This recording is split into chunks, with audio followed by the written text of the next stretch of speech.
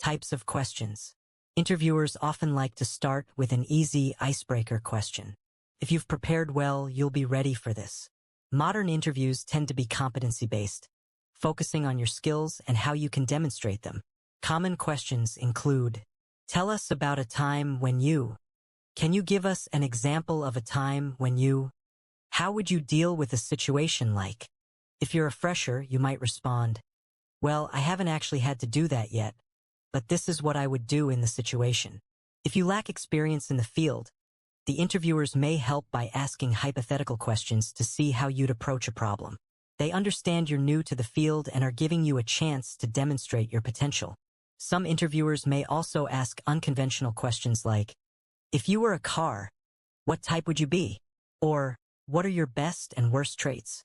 Just humor them. If faced with a tricky question like, have you ever had a bad experience with an employer? Or, tell me about a time a coworker was unhappy with you.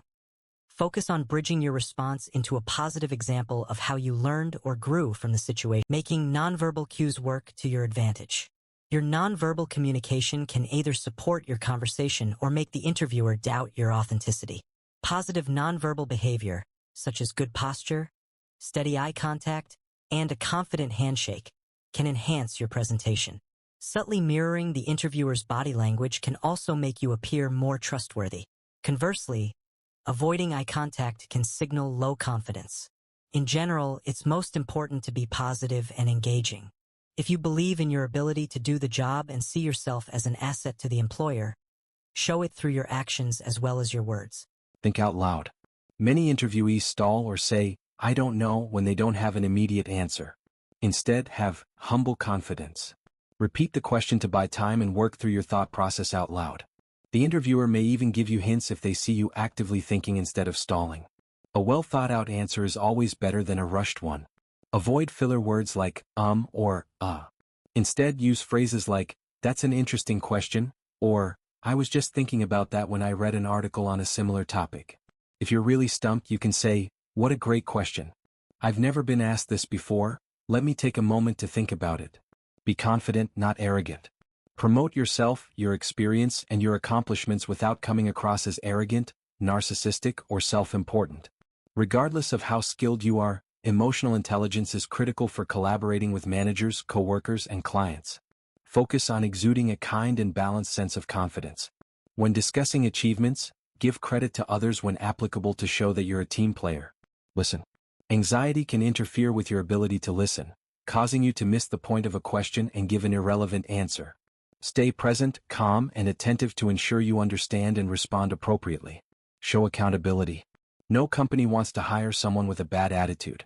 If you're asked about something you don't know, demonstrate a willingness to learn by taking ownership and showing how you plan to turn it into an asset.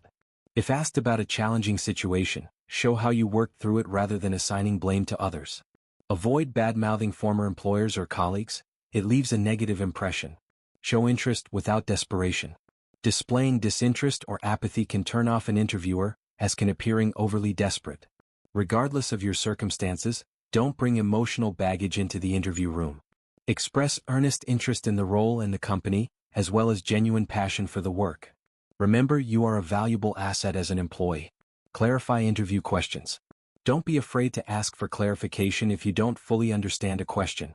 Paraphrase the question and say, is this what you're asking? To ensure you're on the right track. This approach shows attentiveness and thoughtfulness in your responses. At the end of the interview, you will likely be asked if you have any questions. It's usually a good idea to ask a few thoughtful questions about the organization or the role at this point. For example, you can ask the interviewer about their career with the company, what a typical day looks like in the position, or the qualities that make someone successful within the organization. Such questions provide deeper insight into the company's values, culture, and challenges.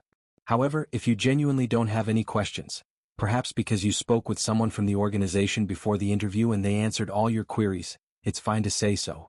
In this case, explain that your earlier conversation addressed all your concerns. Additionally, it's acceptable to ask when you can expect to hear about the outcome of your application. And finally, before you leave, thank the interview panel for the opportunity to interview and say that it was a pleasure meeting them. Smile, make eye contact, and shake hands if appropriate. This leaves a positive impression and shows politeness, which can make you more memorable. You'll find out in due course if you were successful. If you're not selected, it can be beneficial to ask for feedback. Constructive feedback can provide useful tips and advice to help improve your performance for future interviews. Don't panic about your next interview. With proper preparation, you'll do a great job. D. After the interview, send a follow-up email thanking the interviewers once again, this time in writing.